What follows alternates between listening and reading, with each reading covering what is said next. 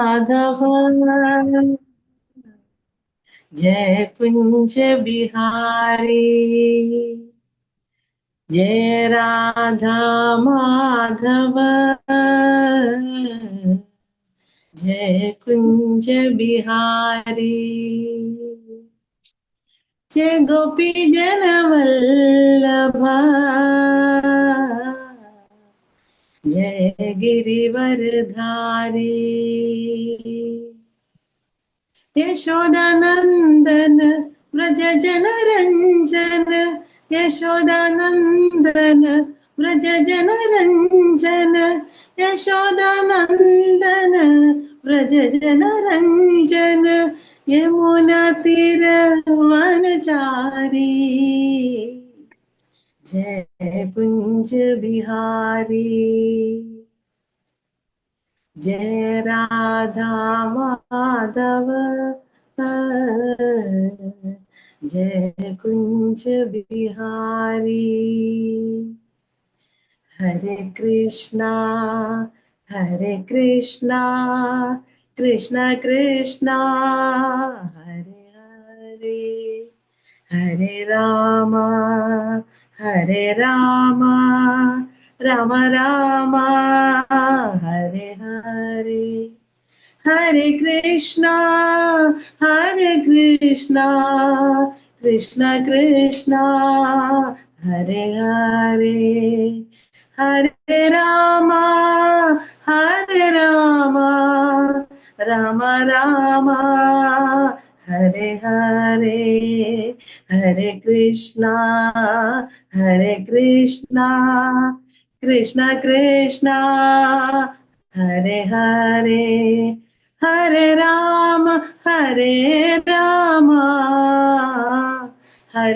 कृष्णा हरे कृष्णा प्रभु तिमिरान्धस्य ज्ञानाञ्जनशलाकया चक्षुरुन्मीलितं येन तस्मै श्रीगुरवे नमः। गुरवे गौरचन्द्राय राधिकायै तदालये कृष्णाय कृष्णभक्ताय तद्भक्ताय नमो नमः। हरे कृष्ण कृष्ण कृष्ण हरे हरे हरे राम राम राम हरे हरे। हरे कृष्ण कृष्ण कृष्ण हरे हरे हरे राम राम राम हरे हरे। कृष्णाय वासुदेवाय देवकी नंदनाय च नन्दगोपकुमाराय गोविन्दाय नमो नमः। कृष्ण कृष्ण महाबाहो भक्तानामभयङ्कर त्वमेको देह्यमानानाम् अपवर्गोऽसि संस्कृते। नारायणं नमस्कृत्य नरं चैव नरोत्तमं देवीं सरस्वतीं व्यासं ततो जयमुदीरयेत्। नष्टप्रायेषु भद्रेषु नित्यं भागवत सेवया भगवत्युत्तमश्लोके भक्तिर्भवती नैष्टिकी। हरे कृष्ण कृष्ण कृष्ण हरे हरे हरे राम राम राम हरे हरे। नमो ओं विष्णुपादाय कृष्णप्रेष्ठाय भूतले श्रीमते महाविष्णुगोस्वामिनिधि नामिने। नमो ओं विष्णुपादाय कृष्णप्रेष्ठाय भूतले श्रीमते भक्तिवेदान्तस्वामिनिधि नामिने।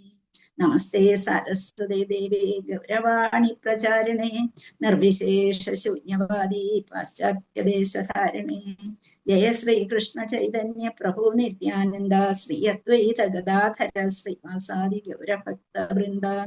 हरे कृष्ण कृष्ण कृष्ण हरे हरे हरे राम राम राम हरे हरे। हरे कृष्ण। എല്ലാവർക്കും എന്റെ വിനീതമായ നമസ്കാരം. ഹരേ കൃഷ്ണ. അതുപോലെ എല്ലാവർക്കും ഒരു ഭാഗവതം ക്ലാസ്സിലേക്ക് കൂടി സ്വാഗതം. ഹരേ കൃഷ്ണ. ഹരേ കൃഷ്ണ. ഹരേ കൃഷ്ണ. ഹരേ കൃഷ്ണ. ഹരേ കൃഷ്ണ. ഹരേ കൃഷ്ണ. അപ്പൊ നമ്മള്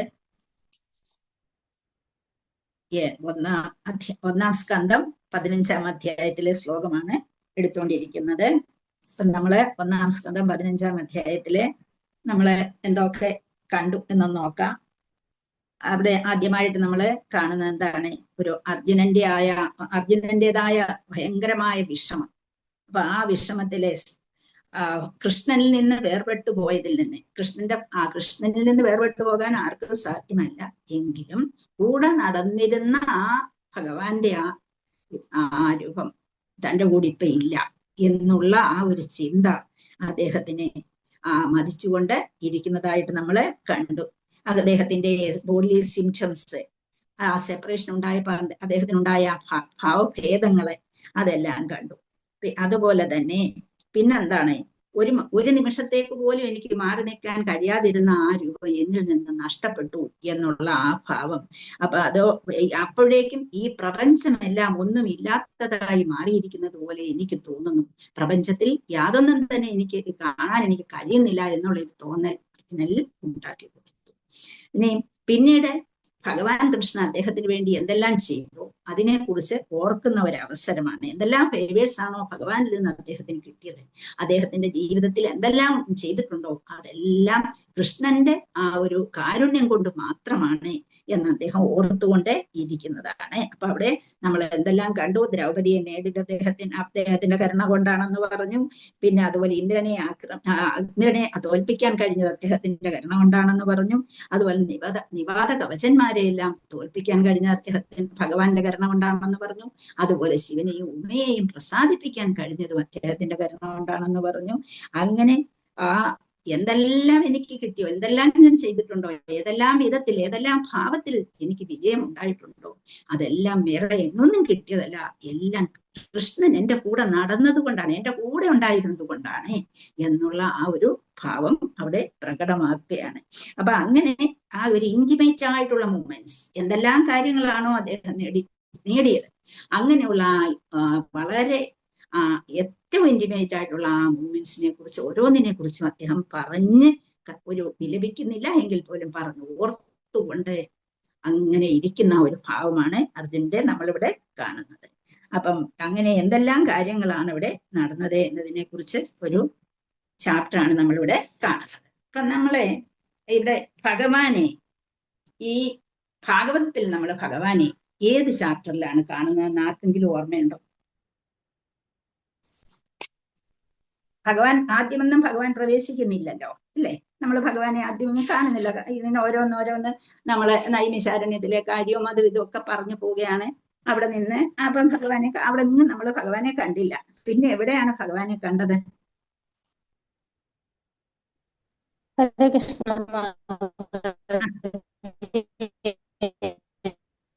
കേൾക്കുന്നില്ലല്ലോ അത്. എനിക്ക് ഭാഗവതം ഇല്ല, പക്ഷെ ഞാൻ അറിഞ്ഞത് ബ്രഹ്മാവിനല്ലേ ആദ്യമായിട്ട് ഭഗവാൻ ദർശനം കൊടുക്കുന്നത്. ദർശനം കൊടുത്തത് അതെ, പക്ഷേ ഭഗവാനെ കുറിച്ച് പറയാൻ തുടങ്ങി, ഭഗവാൻ മുന്നേ നിൽക്കുന്നതായി കണ്ടത്, ഭഗവാനോട് പ്രാർത്ഥിക്കുന്നത് അതെവിടെയാണ്? ഭഗവാൻ വരുന്നു, ഭഗവാനെ നിൽക്കുന്നു. ഒരു സന്ദർഭത്തിൽ ഭഗവാൻ അവിടെ എത്തിച്ചേർന്നു, അവിടെ ഭഗവാനോട് പ്രാർത്ഥിക്കുന്നത് നമ്മൾ കണ്ടു. അത് ഏത് ചാപ്റ്ററിലാണെന്ന് ഓർമ്മയുണ്ടോ ആർക്ക്? കുന്തി ദേവിയുടെ പ്രാർത്ഥനയിലല്ലേ മാതാജി? ഹരേ കൃഷ്ണ. ഇല്ലല്ലോ, അതിനു മുമ്പേ നമ്മൾ ഭഗവാനെ കണ്ടു. ഭഗവാനെ നമ്മൾ കാണുന്നത് എവിടെയാണ്? ഭീഷ്മദേവർ ചർച്ചയിൽ കിടക്കുമ്പോ അല്ല മാതാജി, അതിനു മുമ്പൊക്കെ കണ്ടു. കാരണം അശ്വത്ഥമാവ് കുട്ടികളെ എല്ലാം വധിച്ചിട്ട് വളരെ ഡിസപ്പോയിന്റഡ് ആയിട്ട് എന്താണ് ദ്രൗപദി വിലപിക്കുന്നത് കണ്ടു. അപ്പൊ അവിടെ ഭഗവാൻ അർജുനനോടൊപ്പം അവിടെ എത്തുന്നുണ്ട്. ഭഗവാൻ പ്രത്യക്ഷനാകുമ്പോൾ അർജുനൻ ചോദിക്കുന്നു, ഇതിന് പ്രതികാരം ചെയ്യാൻ നിന്റെ മക്കളെ ഇല്ലാതാക്കിയതിന് ഞാൻ പ്രതികാരം ചെയ്യാൻ തയ്യാറാണ് എന്ന് മനസ്സിലുണ്ടെങ്കിൽ പോലും അതിനെക്കുറിച്ച് പറഞ്ഞു, അല്ലേ? ആ കുട്ടികളുടെ തല ഞാൻ അറുത്തുകൊണ്ട് വരും എന്നൊക്കെ പറഞ്ഞു അവിടെ. അപ്പോൾ അതിന് ആ ഒരു അശ്വത്ഥാമാവിന്റെ എന്താണ് ആ ഒരു അശ്വത്ഥാമാവ് അയച്ച ബ്രഹ്മാസ്ത്രം, അതിന്റെ തേജസ് കണ്ടിട്ട് എന്താണ് ചെയ്യേണ്ടതെന്നുള്ളത് പറയാതെ പറയിക്കുകയാണ്. അർജുനൻ ചോദിക്കുകയാണ് ആ കൃഷ്ണന്റെ അടുത്ത്, കൃഷ്ണനാണ് അവിടെ മുന്നേ നിൽക്കുന്നതായിട്ട് അർജുനൻ കാണുകയാണ്. ആ സമയത്ത് ഉടനെ ചോദിക്കുന്നു, എന്താണ്? ആദ്യത്തെ പ്രയറാണ് ആദ്യം ഭാഗവതത്തിൽ, നിങ്ങൾ മറക്കരുതാത്ത ഒരു കാര്യമാണ്. ആദ്യമായിട്ട് ഭാഗവതത്തിൽ വരുന്ന പ്രയറാണ് ഇത്. കൃഷ്ണ കൃഷ്ണ മഹാബാഹോ ഭക്താനാം അഭയങ്കര ത്വമേകോ ദഹ്യമാനാനാം അപവർഗോ അസി സംസ്കൃതേ എന്നുള്ളത്.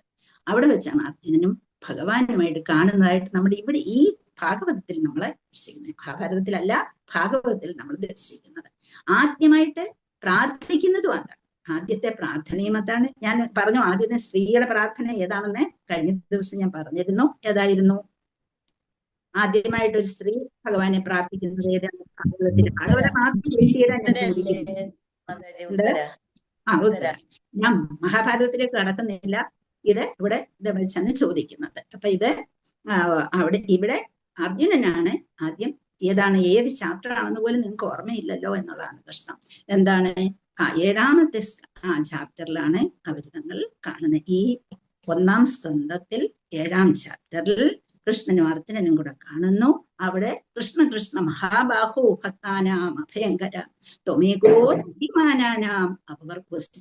നമ്മൾ ഓരോ പ്രവൃത്തി ചെയ്യാൻ പോകുമ്പോഴും നമ്മുടെ മനസ്സിൽ ഉണ്ടാകേണ്ട ഒരു പ്രാർത്ഥനയാണ് അത് എന്നുള്ളത് പ്രത്യേകം ഓർമ്മിക്കേണ്ടതാണ്. ഹരേ കൃഷ്ണ. അപ്പം ആദ്യമേ പ്രാർത്ഥിക്കുന്ന അർജുനന്റെ പ്രാർത്ഥന, ഇതൊക്കെ നിങ്ങളുടെ മനസ്സിലുണ്ടാകും. ഭാഗവതം പഠിച്ചത് കൊണ്ടായില്ല, ഭാഗവതം കേട്ടത് കൊണ്ടായില്ല, കുറച്ചൊക്കെ മനസ്സിൽ വേണം. ആദ്യമേ അർജുനന്റെ പ്രാർത്ഥന, ആദ്യത്തെ ഉത്തരയുടെ പ്രാർത്ഥന, പിന്നെ കുന്തി മഹാറാണിയുടെ പ്രാർത്ഥന, ഇതൊക്കെ മനസ്സിലാക്കാൻ ശ്രമിക്കുക എല്ലാവരും. ഹരേ കൃഷ്ണ. നമ്മൾ 12 ശ്ലോകം എടുത്തു, 15 വരെ. ഇനിയിപ്പം 13 എടുത്തു, 14 എടുത്തു അല്ലെ, 15 ഇനി എടുക്കാനുള്ളത് അല്ലെ, 15 എടുത്തു. ഓക്കെ. ഹരേ കൃഷ്ണ. ഓം നമോ ഭഗവതേ വാസുദേവായ. ഓം നമോ ഭഗവതി. ഇന്നലെ ശല്യരെ കുറിച്ചും മാതിരയുടെ ബ്രദറായിരുന്നു, അതെല്ലാം പറഞ്ഞല്ലോ. അങ്ങനെ 15ാമത്തെ ശ്ലോകം നമ്മൾ എടുത്തു. അക്കൂട്ടത്തില് ഞാൻ പറഞ്ഞിരുന്നു ആരൊക്കെയായിരുന്നു കൗരവരുടെ നായകന്മാരാരൊക്കെയായിരുന്നു എന്ന് പറഞ്ഞു. അക്കൂട്ടത്തിലെ പാണ്ഡവരുടെ നായകൻ ആരായിരുന്നു എന്നും പറഞ്ഞു. ദൃഷ്ടദ്യുമ്നനായിരുന്നു എന്ന് പറഞ്ഞപ്പം പ്രഭു പറഞ്ഞു, പ്രഭു രംഗനാഥ പ്രഭു ആയിരിക്കും, പറഞ്ഞു ഭീമനാണെന്ന് പറഞ്ഞു. അതുകൊണ്ട് ഞാൻ മഹാഭാരതം ഒന്നുകൂടെ നോക്കി പിന്നെ അറിയാവുന്ന ആളിനോട് ചോദിച്ചു. 18 ദൃഷ്ടദ്യുമ്നൻ തന്നെയായിരുന്നു, ഞാൻ പറഞ്ഞത് കറക്റ്റാണ്, ദൃഷ്ടദ്യുമ്നൻ തന്നെയായിരുന്നു നേതാവായിട്ടുള്ളത്, നായകനായിട്ട് നിന്നത്. പിന്നെ ഭീമാഭിരക്ഷിതം ഭീഷ്മാഭിരക്ഷിതം എന്നൊക്കെ പറയുന്നെങ്കിൽ ഭീമനെ ദുര്യോധന ഭീമനോടായിരുന്നു ഉണ്ടായിരുന്ന ഒരു ഭയം ഉണ്ടായിരുന്നത്. ഭീമനാണല്ലോ തന്നെ എതിർക്കാൻ വരുന്നത്. അപ്പൊ ഭീമനാണല്ലോ നിൽക്കുന്നത്, ഭീമനാൽ രക്ഷിക്കുന്നു. കാരണം പലയിടത്തും ഭീമന്റെ രക്ഷ ആവശ്യമാണ്. എന്തുകൊണ്ട്? കായികമായിട്ട് കൂടുതൽ ചെയ്യാൻ കഴിയുന്നത് ഭീമനാണ് ദൃഷ്ടദ്യുമ്നേക്കാൾ. പക്ഷേ നായകനെ ഒരിക്കലും ഒരു മാറ്റിയില്ല. ദൃഷ്ടദ്യുമ്നൻ തന്നെയായിരുന്നു നായകൻ 18 ദിവസവും. അത് കഴിഞ്ഞിട്ട് പാളയത്തിൽ കിടന്ന് പാളയത്തിലേക്ക് പോകുന്നത്. അവിടെ വെച്ചാണല്ലോ ഈ ആപത്ത് സംഭവിക്കുന്നത്. അതുകൊണ്ട് പ്രഭു ഉണ്ടോ എന്നൊന്നും എനിക്ക് അറിഞ്ഞൂടാ. ദൃഷ്ടദ്യുമ്നൻ തന്നെയാണ് 18 ദിവസവും നായകനായിട്ട് നിന്നത് എന്ന് വ്യക്തമാണ്. മഹാഭാരതം വായിക്കുന്നവർക്കത്, കാണുന്നവർക്കത് വ്യക്തമായി മനസ്സിലാക്കാം. ഞാൻ പറഞ്ഞു ഇങ്ങനെ ഒരു ശ്ലോകം 1ാം ചാപ്റ്റർ ഭഗവത്ഗീതയിൽ അതുകൊണ്ടായിരിക്കാം അങ്ങനെ ഒരു ഡൗട്ട് ഉണ്ടായത് എന്ന് എനിക്ക് തോന്നുന്നു. അത് നമ്മള് അതിനങ്ങനെ പറയുന്നു എങ്കിലും നമ്മൾ ഇതെടുത്ത് നോക്കുമ്പോൾ നമുക്ക് വ്യക്തമായിട്ട് മനസ്സിലാകും ആരെ ദൃഷ്ടദ്യുമ്നൻ തന്നെയാണ് നേതാവെന്നുള്ളത് മനസ്സിലാക്കാൻ കഴിയും. അപ്പൊ അതുകൊണ്ട് അത് സംശയമില്ല. അതില് ഭീമാതിരക്ഷിതം എന്നും പറഞ്ഞൊരു ശ്ലോകമുണ്ട്. അതുകൊണ്ടാണ് എനിക്ക് തോന്നുന്നു അതാണോ ഞാൻ അപ്പോഴേ പ്രഭുവിനോട് ചോദിച്ചിരുന്നു. ഹരേ കൃഷ്ണ. ഓക്കെ, നമുക്ക് എന്താണ് 15ാമത്തെ ശ്ലോകം എന്നൊന്ന് ഓർക്കണ്ടേ? ആരും മുന്നോട്ട് വരുന്നുണ്ടെങ്കിലും പറയാനായിട്ട്?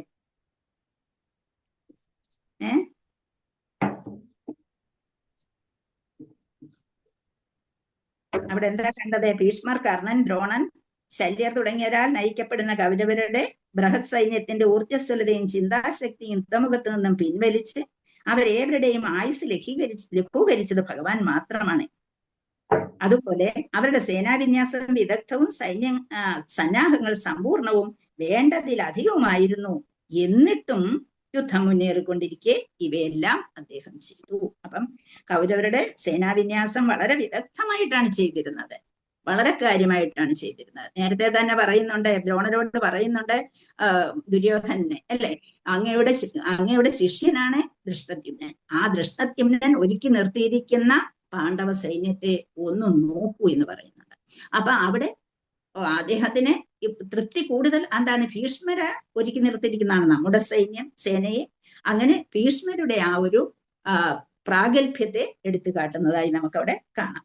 ഇവിടെ വളരെ വളരെ സമ്പൂർണമായിരുന്നു എന്ന് അർജുനൻ തന്നെ സമ്മതിക്കുന്നു. അങ്ങനെയുള്ള ആ ഭാഗത്ത് ഭഗവാൻ ഇല്ലായിരുന്നെങ്കിൽ എന്തെങ്കിലും നടക്കുമായിരുന്നോ എന്ന് ചോദിക്കുന്ന ഒരു ചോദ്യമാണ് നമ്മളിവിടെ കണ്ടത്.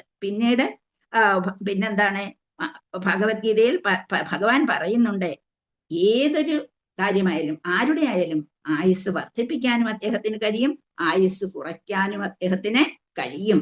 ഭഗവാന്റെ പദ്ധതി അനുസരിച്ച് എന്തു വേണമോ അതൊക്കെ ചെയ്യാനുള്ള അവകാശവും അതൊക്കെ ചെയ്യാനുള്ള കഴിവും ഭഗവാനുണ്ട് എന്ന് പറയുന്നുണ്ടായിരുന്നു. എന്ത് കൗശലങ്ങൾ പ്രയോഗിച്ചാണോ, ഏത് കൗശലത്തിൽ കൂടിയാണോ എന്നെ ഭഗവാൻ സഹായിച്ചത്, അങ്ങനെയുള്ള കൗശലങ്ങൾ ഇല്ലായിരുന്നെങ്കിൽ എന്റെ സ്വന്തം ശക്തി കൊണ്ട് എനിക്ക് ഒരു വിജയവും നേടാൻ കഴിയുമായിരുന്നില്ല എന്ന് വിലപിക്കുകയാണ് അർജുനൻ അവിടെ ചെയ്യുന്നത്. അപ്പൊ അങ്ങനെ ഭഗവാന്റെ പ്രിയപ്പെട്ട ഭക്തനായാൽ എന്തുകൊണ്ടാണ് ഭഗവത്ഗീത അദ്ദേഹത്തിന് പറഞ്ഞു കൊടുക്കുന്നതെന്ന് നേരത്തെ നമ്മൾ 4-ാം ചാപ്റ്ററിൽ കാണുന്നുണ്ട്, അല്ലെ. എന്റെ പ്രിയപ്പെട്ട ഭക്തനാണ് നീ, അതുപോലെ എന്നോട് നീ ഒരിക്കലും അസൂയാലുവായിട്ടില്ല എന്നും പറയുന്നുണ്ട്. അപ്പൊ 2 സഹാക്കളാണെങ്കിൽ ചിലപ്പോ നിനക്ക് അതുണ്ട്, നിനക്കിതുണ്ട്, എനിക്കിതില്ല, അങ്ങനെയുള്ള ഒരു കമ്പാരിസൺ വരും. ഇവിടെ അങ്ങനെ ഒരു കമ്പാരിസണേ ഉണ്ടായിട്ടില്ല. നീ എന്നിൽ സമ്പൂർണമായി എന്റേതായി നിൽക്കുകയാണ്. അതുകൊണ്ട് ഞാൻ നിന്നെ മനസ്സിലാക്കുന്നു. അങ്ങനെ നീ എന്റെ ഭക്തനായതുകൊണ്ടും നീ എന്നിൽ ഒരിക്കലും അസൂയാലുവായിട്ടില്ലാത്തത് കൊണ്ടുമാണ് നിനക്ക് ഞാൻ ഈ ഭഗവത്ഗീത പറഞ്ഞു തരുന്നേ എന്ന് പറഞ്ഞു. അതുപോലെ ഇവിടെ അർജുനൻ ഭഗവാന്റെ പ്രിയപ്പെട്ട ഭക്തനാകിയാൽ അദ്ദേഹത്തിന് യാതൊരുവിധ ആശങ്കകൾക്കും ഉത്കണ്ഠകൾക്കും ഇടം നൽകാതെ അവയൊക്കെ ഭഗവാൻ സ്വയം നിർവഹിച്ചു. ഭഗവാന് വേണ്ടിയുള്ള ഭക്തിയുത സേവനത്തിന്റെ സ്വഭാവമാണ്. എങ്ങനെയാണ് ഭഗവാന് വേണ്ടി ഭക്തിയുത സേവനം ചെയ്യേണ്ടത് എന്ന് ഇവിടെ കണ്ടു. എന്തെങ്കിലും ഒരിക്കൽ ഭഗവാന് വേണ്ടി ആരെങ്കിലും ഒന്ന് ചെയ്തു കഴിഞ്ഞാൽ ഭഗവാൻ പിന്നെ അതൊരിക്കലും മറക്കില്ല. അതിന് തീർച്ചയായിട്ടും നമ്മളെ കംസനെ വധിച്ചിട്ട് അവിടെ കംസനെ വധിക്കാനായി പോകുന്ന അവസരത്തില് അവിടെ ചെല്ലുന്നുണ്ടെ ഒരു അലക്കുകാരൻ തുണിയും കൊണ്ട് വരുന്ന ഒരു കഥയുണ്ട്. അലക്കുകാരൻ തുണിയും കൊണ്ടുവരുമ്പം നല്ല കംസൻ ഉടുക്കാനായിട്ട് കൊണ്ടുവരുന്ന പട്ടുവസ്ത്രങ്ങളാണ്.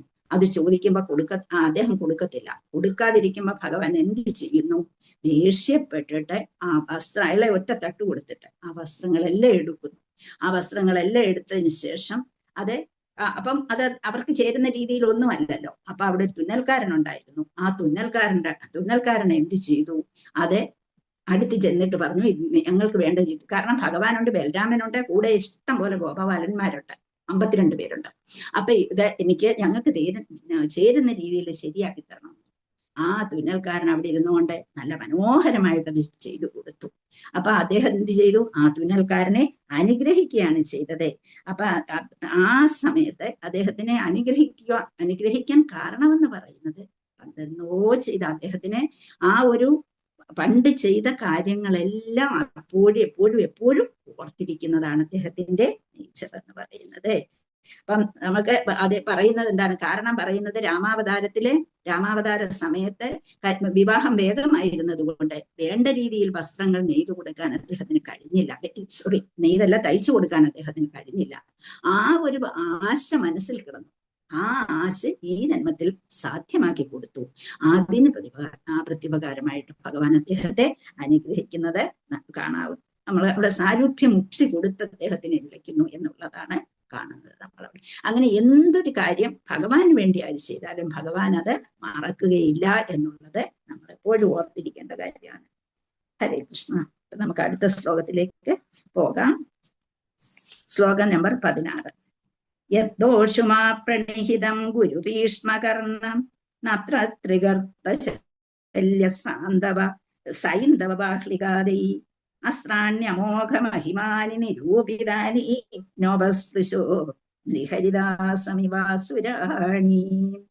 യദ്ദോഷുമാ പ്രണിഹിതം ഗുരുഭീഷ്മകർണ നത്ര ത്രിഗർത്ത ശല്യ സൈന്ധവ ബാഹ്ലികാദൈ അസ്ത്രാണി അമോഘ മഹിമാനി നിരൂപിതാനി നോപസ്പൃശോർ നൃഹരിദാസമിവാസുരാണി യദ്ദോഷു മാ പ്രണിഹിതം ഗുരുഭീഷ്മകർണ നപ്തൃഗർത്ത ശല്യ സൈന്ധവ ബാഹ്ലികാദൈഃ അസ്ത്രാണി അമോഘ മഹിമാനി നിരൂപിതാനി നോപസ്പൃശോ നൃഹരിദാസമിവാസുരാണി.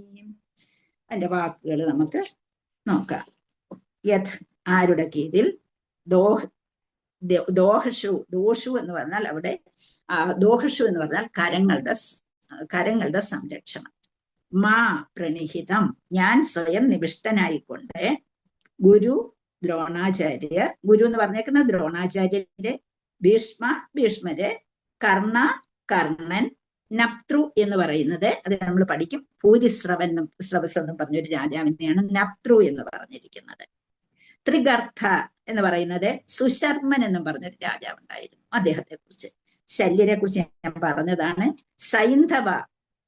സൈന്ധവൻ എന്ന് പറഞ്ഞേക്കുന്നത് ജയദ്രഥ രാജാവ്.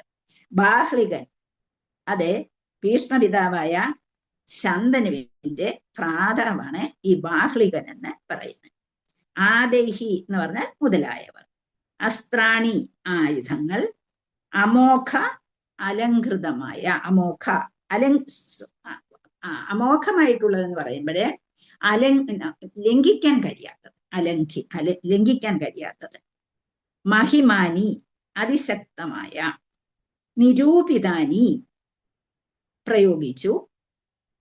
എന്ന് പറഞ്ഞാൽ അല്ല എന്നുള്ള അർത്ഥം. ഉപസ്പൃശു എന്ന് പറഞ്ഞാൽ തൊട്ടു, സ്പർശിച്ചു. നൃഹരിദാസം നരസിംഹദേവന്റെ സേവകനായ പ്രഹ്ലാദൻ. ഇവ പോലെ അസുരന്മാർ പ്രയോഗിക്കുന്ന ആയുധങ്ങൾ. യദ്ദോഷു മാ പ്രണിഹിതം ഗുരു ഭീഷ്മ കർണ നപ്തൃ ത്രിഗർത്ത ശല്യ സൈന്ധവ ബാഹ്ലിക ആദൈഹി അസ്ത്രാണി അമോഘ മഹിമാനി നിരൂപിതാനി ന ഉപസ്പൃശു നൃഹരിദാസം ഇവ അസുരാണി. ഇത്രയും വാക്കുകളാണ്. അവിടെ ഒരുപാട് വാക്കുകളുള്ള ഒരു ശ്ലോകമാണ്.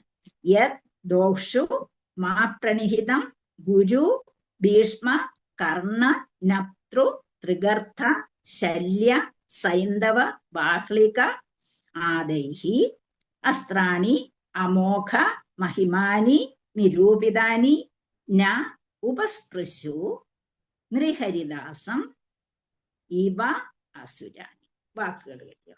ഹരേ കൃഷ്ണ.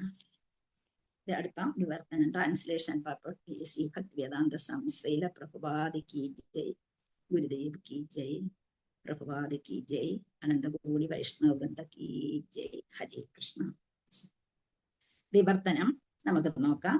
ഇവിടെ പറയുന്നത് ഭീഷ്മർ, ദ്രോണൻ, കർണൻ, ഭൂരിശ്രവൻ, സുശർമാൻ, ശല്യൻ, ജയദ്രഥൻ, ബാഹ്ലികൻ എന്നീ മഹാരഥന്മാർ അവരുടെ അലംഘ്യമായ ആയുധങ്ങൾ എനിക്കെതിരെ പ്രയോഗിച്ചു.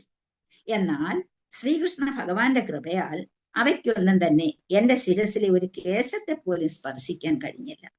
അതുപോലെ തന്നെയാണ് നരസിംഹ ഭഗവാന്റെ പരമഭക്തനായ പ്രഹ്ലാദ് മഹാരാജാവിന്റെ മേൽ അസുരന്മാർ പ്രയോഗിച്ച ആയുധങ്ങളൊന്നും തന്നെ അദ്ദേഹത്തെ സ്പർശിക്കാതിരുന്നത്. അപ്പൊ നമ്മളിവിടെ ഇവിടെ പറയുന്നത് അദ്ദേഹത്തിനുണ്ടായ ആ അനുഭവത്തെ, പ്രഹ്ലാദ മഹാരാജാവിനുണ്ടായ അനുഭവത്തോടൊന്ന് കമ്പയർ ചെയ്ത് പറയുകയാണ് ഇവിടെ ചെയ്യുന്നത്. അപ്പൊ ഇവിടെ നമ്മള് ഏതെല്ലാം രാജാക്കന്മാരെ കുറിച്ച് പറഞ്ഞു? ഭീഷ്മരെ കുറിച്ച് നമുക്കറിയാം, ദ്രോണരെ കുറിച്ച് അറിയാം, കർണനെ കുറിച്ച് നിങ്ങൾ കേട്ടിട്ടുണ്ട്, പക്ഷെ ശ്രീല പ്രഭുപാദർ അതിനെ കുറിച്ച് വ്യക്തമായിട്ട് തന്നിട്ടുണ്ട്. പിന്നെ ഭൂരിശ്രവൻ, സുശർമാൻ, ശല്യൻ, ജയദ്രഥൻ, ബാഹ്ലികൻ ഈ മഹാരഥന്മാരെ കുറിച്ചൊക്കെ ഒന്ന് ഓർമ്മിപ്പിക്കുകയാണ് ഇവിടെ ചെയ്യുന്നത്. അപ്പൊ യുദ്ധത്തിൽ മഹാരഥികൾ ആരൊക്കെയായിരുന്നു എന്ന് നമുക്കിവിടെ ഒന്നുകൂടി ഓർമ്മിപ്പിക്കുകയാണ് ചെയ്യുന്നത്.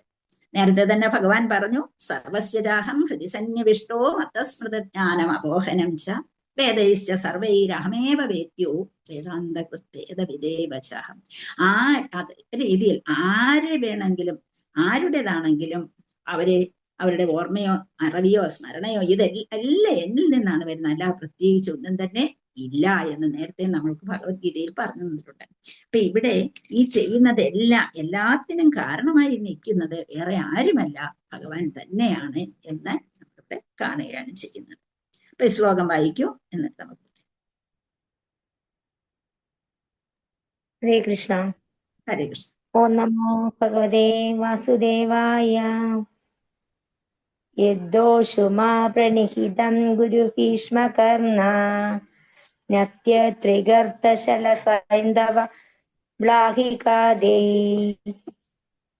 അസ്ത്രാണ്യമോഹ മഹിമാനി നിരൂപിതാനി നോപസ്പൃശ്യന്നർഹതി നിഹരി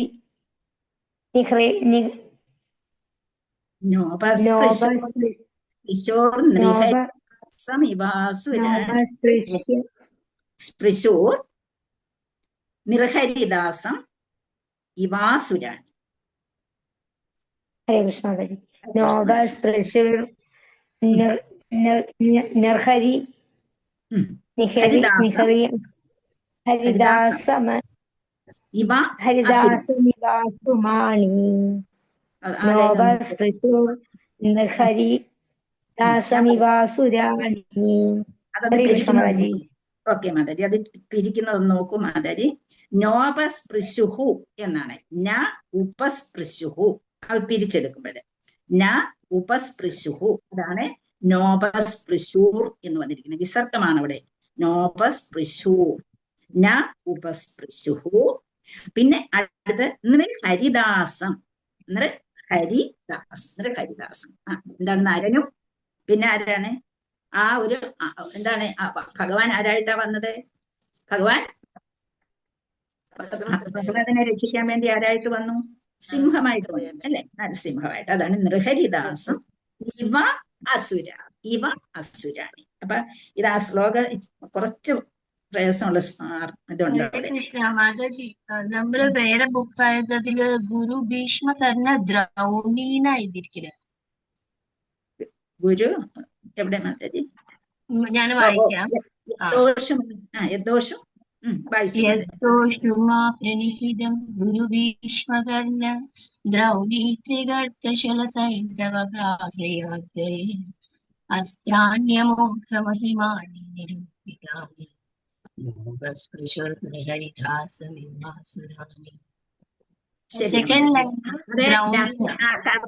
ദ്രൗണി എന്ന് വന്നു അല്ലേ? ഒന്നുകൂടെ വായിച്ചേ മാതാജി, സെക്കൻഡ് ലൈൻ ഒന്നുകൂടെ വായിച്ചേ. നത്ര യദ്ദോഷുമാപ്രനിഹിതം ഗുരുഭീഷ്മകർണ ദ്രൗണീ ത്രിഗർത്തശലസൈന്ധവ ബാലികാദ്യൈ. അവിടെ എടുത്തിരിക്കുന്ന ദ്രൗണിയെ എടുത്തു, അവിടെ അശ്വത്ഥമാവ് വന്നെന്ന് എടുത്തു. അശ്വത്ഥമാവിന് പകരം ഇവിടെ എടുത്തിരിക്കുന്നത് പൂരിശ്രവസ് വന്നു എന്നാണ് പറഞ്ഞിരിക്കുന്നത്. കുഴപ്പമില്ല, അവിടെ ആരൊക്കെ ഉണ്ടായിരുന്നു എന്ന് പറയുകയാണ്. ദ്രൗണി എന്ന് പറയുമ്പോൾ ദ്രോണപുത്രൻ അശ്വത്ഥമാവ്. അപ്പൊ ഇവിടെ പറഞ്ഞിരിക്കുന്നത് അതിന് പകരം ഭൂരിശ്രവനും ത്രിഗർത്ത രാജാവും വന്നു എന്നാണ്. നമുക്ക് എക്സ്പ്ലനേഷൻ അങ്ങനെയാണ് കൊടുത്തിരിക്കുന്നത്. അപ്പൊ അത് നമ്മൾ അതിന് എന്ത് തിരുത്ത കൊടുക്കണ്ടേ? ഗുരു ഭീഷ്മകർണ കഴിഞ്ഞിട്ട് നപ്തൃ ത്രിഗർത്ത ശല്യ സൈന്ധവ ബാഹ്ലികാദി. മാതാജി അത് തിരുത്തണ്ട, കാരണം അത് കറക്റ്റ് തന്നെയാണ്. ദ്രൗണി അവിടെ ഉണ്ടായിരുന്നു എന്നുള്ളത് അപ്പം വേറൊരു രീതിയിൽ ഒരു എഡിഷൻകാർ അങ്ങനെ എടുത്തതേ ഉള്ളൂ. കാരണം ദ്രൗണിയും അവിടെ ഉണ്ടായിരുന്നു. അതുകൊണ്ട് മാതാജി തിരുത്താൻ നിർത്തണ്ട. പക്ഷെ വേണമെങ്കിൽ ഇതൊന്ന് നോട്ട് ചെയ്ത് വെച്ചോളൂ. ഗുരു ഭീഷ്മകർണ നപ്തൃ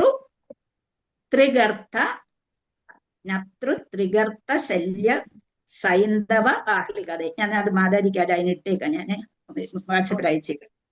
ഇപ്പൊ എഴുതണ്ട.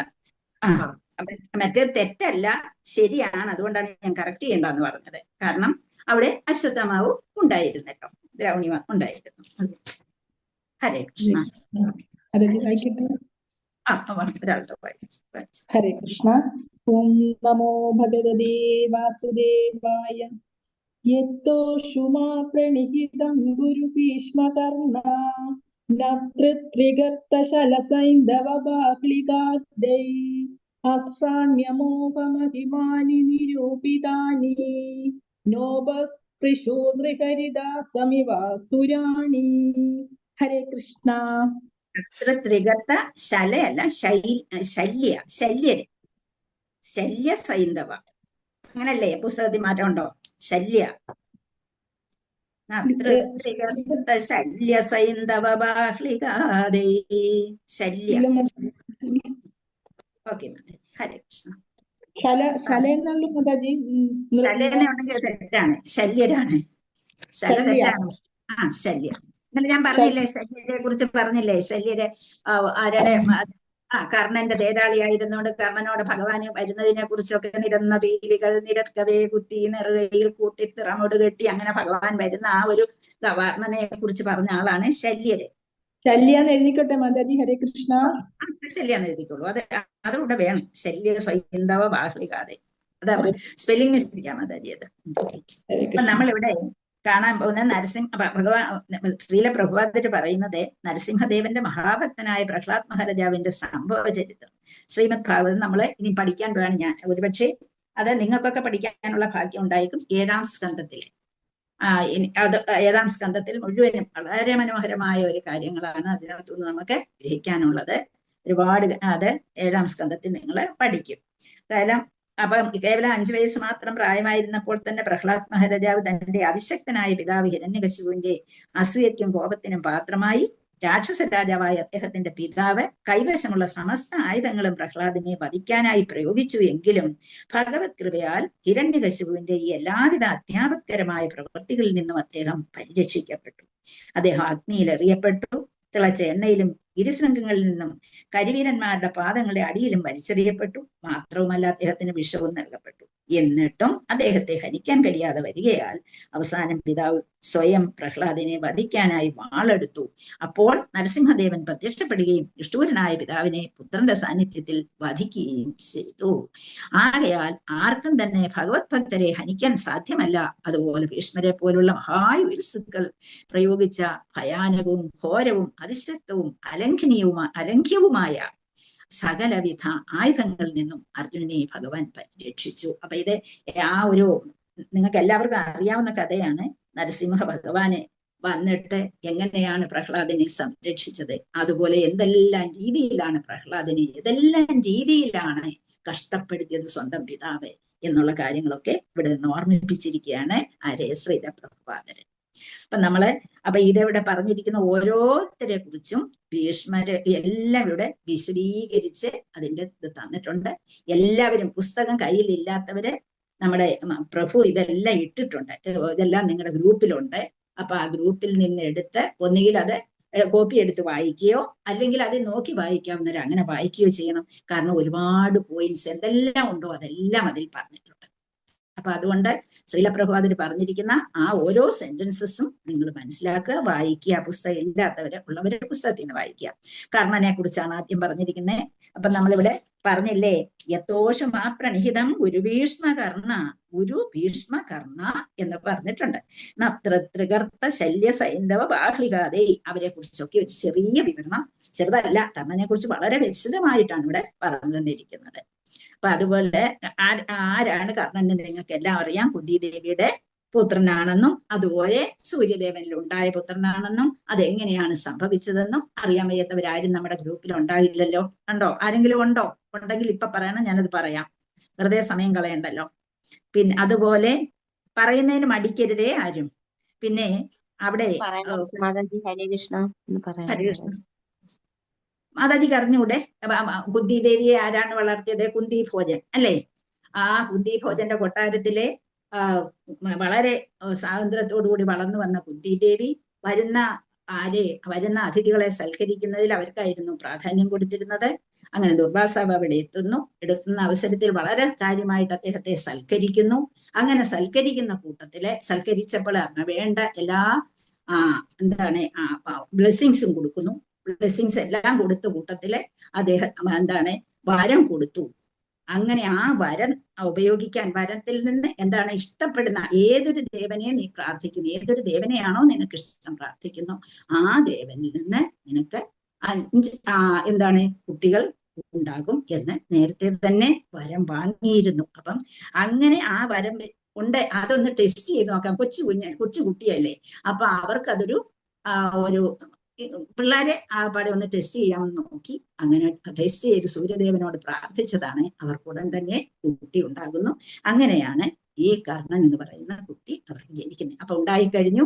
എങ്ങനെയാണ് ഇനി മറ്റുള്ളവരുടെ മുഖത്ത് നോക്കുക, എങ്ങനെയാണ് അവർക്ക് കുട്ടി ഉണ്ടായി, ഇത്രയും ചെറുപ്പത്തിൽ തന്നെ ഒരു കുട്ടി ഉണ്ടായി, എവിടെ നിന്ന് എങ്ങനെ ഉണ്ടായി, ഏത് രീതിയിലുള്ള ചോദ്യങ്ങൾ ഇനിയും വരുമെന്ന് ഓർത്തിട്ട് വളരെ സങ്കടപ്പെട്ടിട്ട് അവരതിനെ ഒരു വലിയ നല്ല ഒരു മനോഹരമായ പെട്ടിയിലിട്ട് വേണ്ട ഇതെല്ലാം വസ്ത്രങ്ങളും എല്ലാം വെച്ച് ഇതിനെക്കുറിച്ച് വിശദീകരിച്ചുകൊണ്ട് ഞാനിത് വളരെ ചുരുക്കി പറയാണ്. അവരെ നദിയിൽ ഒഴുക്കുന്നു. അങ്ങനെ ആ നദിയിൽ ഒഴുക്കി അത് പോയത് പിന്നെ അവിടെ അധിരഥനെന്നും രാധയെന്നും പറഞ്ഞ് ധൃതരാഷ്ട്രരുടെ കൊട്ടാരത്തിലെ അന്നത്തെ സൂതന്മാരായിരുന്നു, ആശാരിമാരെന്നും പറയും, സൂതനായിരുന്നു എന്ന് പറയുന്നു. സൂതനായിരുന്നു. അധിരഥന് കിട്ടി. ആ രാധയ്ക്കും അധിരഥനും കുട്ടികളില്ലാതിരുന്നു. അവരെടുത്ത് വളർത്തി. ആ കർണനാണ് അവിടെ ഇവർക്ക് എതിരാളിയായിട്ട് വരുന്നത്. അപ്പൊ കുന്തിദേവിയുടെ ആദ്യത്തെ മകനാണ് കർണൻ എന്ന് പറയുന്നത്. ഒരു ചെറിയ രൂപം കിട്ടിയല്ലോ മാതാജി? കിട്ടി മാതാജി. ഹരേ കൃഷ്ണ. മാതാജി പുതിയതായിട്ട് വന്നാണ്. പേരെന്താ മാതാജിന്റെ? അയ്യോ അല്ല, ഗീത. നേരത്തെ ഉള്ള ആളാണോ? ഓക്കെ. അപ്പൊ അങ്ങനെ ആ സമയത്ത് ആ കുഞ്ഞുണ്ടായപ്പോ തന്നെ കവചകുണ്ടലങ്ങളോടുകൂടിയാണ്, സൂര്യന്റെ മകനാണ്, കവചകുണ്ടലങ്ങളോടുകൂടിയാണ് ജനിച്ചത്. കമ്മല് കടുക്കനുണ്ടായിരുന്നു, കവചകുണ്ടലങ്ങളെല്ലാം ഉണ്ടായിരുന്നു. അങ്ങനെ സൂര്യന്റെ മകനായിട്ടാണ് ജനിച്ചത്. പക്ഷെ എന്ത് ചെയ്യാം, അവർക്ക് വളർത്താൻ യാതൊരു മാർഗവും ഇല്ലല്ലോ. ആരോടും പറയാനും പറ്റാത്ത രീതിയിൽ അവരതിനെ കളഞ്ഞു. അവനെ ഇവരെ അടുത്ത് വളർത്തുകയാണ് ചെയ്തത്. അധിരഥനും രാധയുമാണ് വളർത്തിയത്. അപ്പം വീരനായകന്മാരുടെ അടയാളമായ കവചകുണ്ടലങ്ങളോടുകൂടി ജനിച്ചവൻ എന്ന അർത്ഥത്തിൽ അദ്ദേഹത്തിനെ വസുസേനൻ എന്ന നാമധേയത്തിലാണ് അറിയപ്പെട്ടത്. വസുസേനൻ എന്ന് പറഞ്ഞു. അപ്പൊ മുതിർന്ന സമയത്ത് ആ യുദ്ധമൊക്കെ കഴിഞ്ഞിട്ട്, യുദ്ധമൊക്കെ തുടങ്ങുന്ന അവസരത്തില് ഇന്ദ്രൻ ആ ഒരു കവചകുണ്ടലങ്ങൾ ഉണ്ടെങ്കിൽ അർജുനനെ ജയിക്കാൻ കഴിയില്ലെന്ന് അറിയാവുന്നത് കൊണ്ട്, അതിന് കഥകൾ ഒരുപാടുണ്ട്. അങ്ങനെ ഒരു അവസരം വന്നപ്പോൾ ഇന്ദ്രൻ ചെന്ന് കർണനോട് ഇത് ദാനമായി ആവശ്യപ്പെടുന്നു. അപ്പം ദാനത്തിൽ ഏറ്റവും മുൻപന്തിയിൽ നിൽക്കുന്നവനാണ് കർണൻ എന്ന് പറയുന്നത്. കർണനെ വളർത്തി കർണൻ വളരെ വിദഗ്ധനായി വളർന്നു. അർജുനനെ പോലെ തന്നെ ക്ലവറായി വളരെ കഴിവുള്ളവനായിരുന്നു കർണൻ. അങ്ങനെ കർണൻ വളർന്നു. യുദ്ധം വന്നു, മഹാഭാരത യുദ്ധം വരുന്നു. ആ സമയത്ത് ഇന്ദ്രൻ ചെന്ന് ബ്രാഹ്മണദേശത്തിൽ ദാനമായി ചോദിക്കുന്നു. അപ്പൊ ആ ദാനം ബ്രാഹ്മണർ വന്ന് ദാനം ചോദിച്ചാൽ തീർച്ചയായും കൊടുത്തിരിക്കും കർണൻ. അങ്ങനെ അദ്ദേഹം തന്റെ കവചകുണ്ടലങ്ങളെ ഇന്ദ്രദേവന് ദാനമായി നൽകി. അന്നു മുതൽ വൈവർത്തനൻ എന്ന പേരിലും അറിയപ്പെട്ടു. അപ്പം വളർത്തിയത് ഗംഗാനദിയിലാണ് ഉപേക്ഷിച്ചത്. അതൊഴുകി ഇവരുടെ ഭാഗത്ത് തന്നെ വന്ന് എത്താനും അവിടെ തന്നെ അവർക്ക് കിട്ടാനും ഓരോന്നിനും ഓരോ കാരണമായി ഭവിക്കുന്നു. അങ്ങനെ നദിയിൽ നിന്നും എടുത്ത് വളർത്തിയ അധിരഥനും പത്നിരാധയും സ്വന്തം മകനെ പോലെ തന്നെയാണ് വളർത്തിയത്. പക്ഷെ ദാനധർമ്മത്തിൽ ഏറ്റവും ഉന്നതനായിരുന്നു അദ്ദേഹമെന്നും നമ്മൾ മനസ്സിലാക്കണം. അപ്പൊ ആര് വന്ന് ചോദിച്ചാലും എന്തും കൊടുക്കും. അല്ലെങ്കിൽ തന്റെ കവചകുണ്ടലം ആരെങ്കിലും കൊടുക്കുവോ? അങ്ങനെ അദ്ദേഹം ഒരു ബ്രാഹ്മണൻ വന്ന് ചോദിച്ചാൽ സ്വയം തന്നെ കൊടുക്കാൻ തയ്യാറാകുന്ന ഒരാളായിരുന്നു കർണൻ എന്ന് പറയുന്നത്. പിന്നെ അതുകൊണ്ട് അദ്ദേഹം ഒരിക്കലും ഇന്ദ്രൻ ഇത് കരുതിയില്ല. തന്റെ ശരീരത്തോട് ചേർന്ന് ജന്മനാ കിട്ടിയ ഒരു വസ്തു തിരിച്ചു കൊടുത്തപ്പോൾ കൊടുക്കാൻ തയ്യാറായപ്പോൾ ഇന്ദ്രൻ തന്നെ അതിശയിച്ചു പോയി. അദ്ദേഹം ആ സമയത്ത് ഓരോന്നിനും ഓരോ കാരണമുണ്ട്. ഓരോരുത്തരെ വധിക്കാൻ ഓരോന്ന് ആവശ്യമാണ് യുദ്ധത്തിൽ. അതും നമ്മൾ ഓർക്കണം. അങ്ങനെ ഇന്ദ്രദേവൻ അങ്ങ് സംപ്രീതനായി തീരുകയും ശക്തി എന്ന അസ്ത്രം ഇദ്ദേഹത്തിന് നൽകുകയും ചെയ്തു. അത് പിന്നീട് യുദ്ധത്തിൽ അത് ഉപയോഗിക്കണം. അങ്ങനെ ഇന്ദ്രദേവൻ അത്ര സംപ്രീതനായി, ഒരിക്കലും പ്രതീക്ഷിക്കത്തില്ല, ആരും കൊടുക്കത്തില്ല. അങ്ങനെയുള്ള സ്വന്തം ശരീരത്തോട് ചേർന്ന് കിടന്നിരുന്ന് ജനിച്ചപ്പോൾ തന്നെയുള്ള നമ്മുടെ ശരീരം മുറിച്ചു കൊടുക്കുന്നത് പോലെ അദ്ദേഹം എന്ത് ചെയ്തു? ആ കവചകുണ്ടലം കൊടുത്തത് കൊണ്ട് അദ്ദേഹത്തിൽ സംപ്രീതനായി അദ്ദേഹത്തെ ബ്ലെസ് ചെയ്തു. ശക്തി എന്ന അതിശക്തമായ അസ്ത്രം കർണന് പകരമായി സമ്മാനിക്കുകയും ചെയ്തു. പക്ഷേ ദ്രോണാചാര്യരുടെ ശിഷ്യനല്ലെങ്കിൽ പോലും ഇവരുടെ കൂടെ വളർന്നത് കൊണ്ട് ഇവരെല്ലാവരും കർണൻ എന്ത് ചെയ്തു? കർണനെ വളർത്തിയെടുത്തു. കർണൻ ഈ കൗരവരുടെ കൂടെ ദുര്യോധനോടൊപ്പം, അവരുടെ കൂടെ ദുര്യോധന്റെയും ദുശാസന്റെ കൂടെയും ഒക്കെ അങ്ങ് വളരെ സുഹൃത്തായി തീർന്നു. അങ്ങനെ അവരുടെ കൂടെ വളർന്നു വന്നു. അങ്ങനെ വളർന്നു വന്നപ്പോൾ ദ്രോണാചാര്യര് പഠിപ്പിച്ച എല്ലാ കാര്യങ്ങളും ഇവരിൽ നിന്ന് അദ്ദേഹത്തിന് കിട്ടിയിട്ടുണ്ട്. കുറെ കാര്യങ്ങളൊക്കെ അങ്ങനെ ദ്രോണാചാര്യന്റെ ശിഷ്യനായിട്ട് തന്നെ കരുതപ്പെട്ടു എന്നാണ് പറയുന്നത്. അപ്പൊ അങ്ങനെ ആരംഭം മുതലേ പക്ഷെ ഒരു കാര്യമുണ്ട്, ഇവൻ ഇങ്ങേ സൈഡിലായതുകൊണ്ട് ദുര്യോധന്റെ കൂടെ നടന്നതുകൊണ്ട് അദ്ദേഹത്തിന് ആരംഭം മുതലേ അർജുനനോട് വിദ്വേഷമാണ്. എവിടെ കണ്ടാലും അർജുനനും കർണനും തമ്മിൽ വിരോധം തന്നെ ആയിരുന്നു എന്നുള്ളതാണ്. അതിന് ഒരുപാട് കാര്യങ്ങൾ പറയാനുണ്ട്, അത് എല്ലാം പറയാനൊന്നും സമയമില്ല, അതുകൊണ്ട് ഞാൻ വിടുകയാണ്. അങ്ങനെ കർണനും ദുര്യോധനും ഒരു സൈഡിൽ ഉണ്ടെങ്കിൽ എപ്പോഴും അർജുനനെതിരെ സംസാരമായാലും പ്രവൃത്തിയായാലും എല്ലാം അങ്ങനെ തന്നെ ആയിരുന്നു എന്നുള്ളതാണ്. പിന്നെ ദ്രൗപദിയുടെ സ്വയംവര സമയത്ത് കർണനും അവിടെ പ്രത്യക്ഷപ്പെട്ടിരുന്നു, അവിടെ ഉണ്ടായിരുന്നു, അവരുടെ സ്വയംവര സഭയിൽ എത്തിയിരുന്നു. പക്ഷെ അപ്പോൾ തന്നെ ദ്രൗപദിക്ക് മനസ്സിലായി കർണനും അർജുനനും ഒരുപോലെ തന്നെ കഴിവുള്ളവരാണെന്നും ഈ ചിലപ്പോൾ മത്സ്യത്തെ ഭേദിക്കാൻ അദ്ദേഹത്തിന് കഴിഞ്ഞേക്കും എന്നൊരു സംശയം വന്നതുകൊണ്ട്, കാരണം പെൺകുട്ടികൾക്കുണ്ടാകുന്ന ഒരു ഭാവം മനസ്സിലുണ്ടാകുന്ന ഒരു ഇത്, അങ്ങനെ സ്വന്തം സഹോദരനെ വിളിച്ചിട്ട് പറഞ്ഞു, ഞാന് ഒരു ഒരു സാരഥി മകൻ അല്ലെങ്കിൽ ഒരു ഉയർന്ന രീതിയിലുള്ള അല്ലാത്ത ജന്മം കിട്ടിയിരിക്കുന്ന ഒരു വ്യക്തിയെ ഞാൻ വിവാഹം കഴിക്കാൻ തയ്യാറല്ല. അതുകൊണ്ട് ഈ ഇതിൽ മത്സരത്തിൽ അദ്ദേഹത്തെ പ്രവേശിപ്പിക്കണ്ട എന്ന് പറയുകയാണ് ചെയ്തത്. അപ്പൊ അതുപോലെ ദ്രൗപദിയുടെ സഹോദരനായ ധൃഷ്ടദ്യുമ്നൻ അത് ചെന്ന് പറയുകയും അങ്ങനെ ഭയങ്കര കോപം, അതുപോലെ സൂര്യനാണ്, ജ്വലിക്കുന്ന ആളല്ലേ, സൂര്യന്റെ മകനല്ലേ, അപ്പൊ അത്ര കോപം അദ്ദേഹത്തിന് കർണൻ ഉണ്ടാവുകയും ചെയ്തു. അത് കഴിഞ്ഞ് അദ്ദേഹത്തിന് ആരും ജയിച്ചില്ല, അർജുനൻ മാത്രമാണ് അവിടെ വിജയിക്കുന്നത് അല്ലെ. അർജുനൻ എങ്ങനെയാണ് അവർ വന്നിരുന്നത്? ബ്രാഹ്മണ വേഷത്തിലാണ് വന്നിരുന്നത്. അവര് വിജയിക്കുന്നു. അങ്ങനെ വിജയിയായി എന്ത് ചെയ്തു? അർജുനൻ ദ്രൗപദിയെ വിവാഹം കഴിച്ചു, വരണമാല്യം അണിഞ്ഞു. പക്ഷേ അവിടെ ഇവരെല്ലാവരും ഭയങ്കര കോപിഷ്ഠരായി, ബാക്കിയുള്ളവരെല്ലാം ദ്രൗപദിയെ ഒരു ബ്രാഹ്മണൻ കൊണ്ടുപോയി എന്നും പറഞ്ഞവിടെ ഭയങ്കരമായി വഴക്കുണ്ടാകുന്നുണ്ട്. അങ്ങനെ കർണനും ഇവരെല്ലാവരും കൂടി ചേർന്ന് അർജുനനെ പരാജയപ്പെടുത്താൻ വേണ്ടി വലിയ യുദ്ധം അവിടെ നടന്നു. കർണന് അതിലെ മുഖ്യ പങ്ക് വഹിച്ച ആളായിരുന്നു. അങ്ങനെ ദ്രൗപദിയെ കൊണ്ടുപോകുമ്പോൾ ഒരുപാട് പ്രതിബന്ധങ്ങൾ സൃഷ്ടിക്കുകയാണ് അവിടെ ഉണ്ടായത്. അങ്ങനെ പക്ഷേ ആ സമയത്ത് കൃഷ്ണന്റെ കൃപ കൊണ്ട്, കൃഷ്ണ കൃപ എന്നുള്ളത് കൊണ്ട് മാത്രമാണ് അർജുനനെ, കർണനെയും അവരുടെ കൂട്ടാളികളെയും ഒരുപാട് രാജാക്കന്മാരെല്ലാം ഒന്നിച്ചു ചേർന്നു. കാരണം ദ്രൗപദിയെ നേടിയത് ഒരു ബ്രാഹ്മണനാണ് എന്നുള്ള ചിന്ത വന്നു. അപ്പൊ അങ്ങനെ അവരെ പരാജയപ്പെടുത്താൻ കഴിഞ്ഞത് അർജുനന് കഴിഞ്ഞെങ്കിൽ അത് ആരുടെ കൃപമാണ്? കൃഷ്ണന്റെ കൃപ മാത്രമാണ് എന്നിവിടെ പറയുന്നു. അങ്ങനെ കർണനാട് പിന്നീട് ഒരു കാര്യത്തിലല്ല, സർവകാര്യത്തിലും നിരന്തരമായ സ്പർദ്ധ ഉണ്ടായിരുന്നു എന്നുള്ളതാണ്.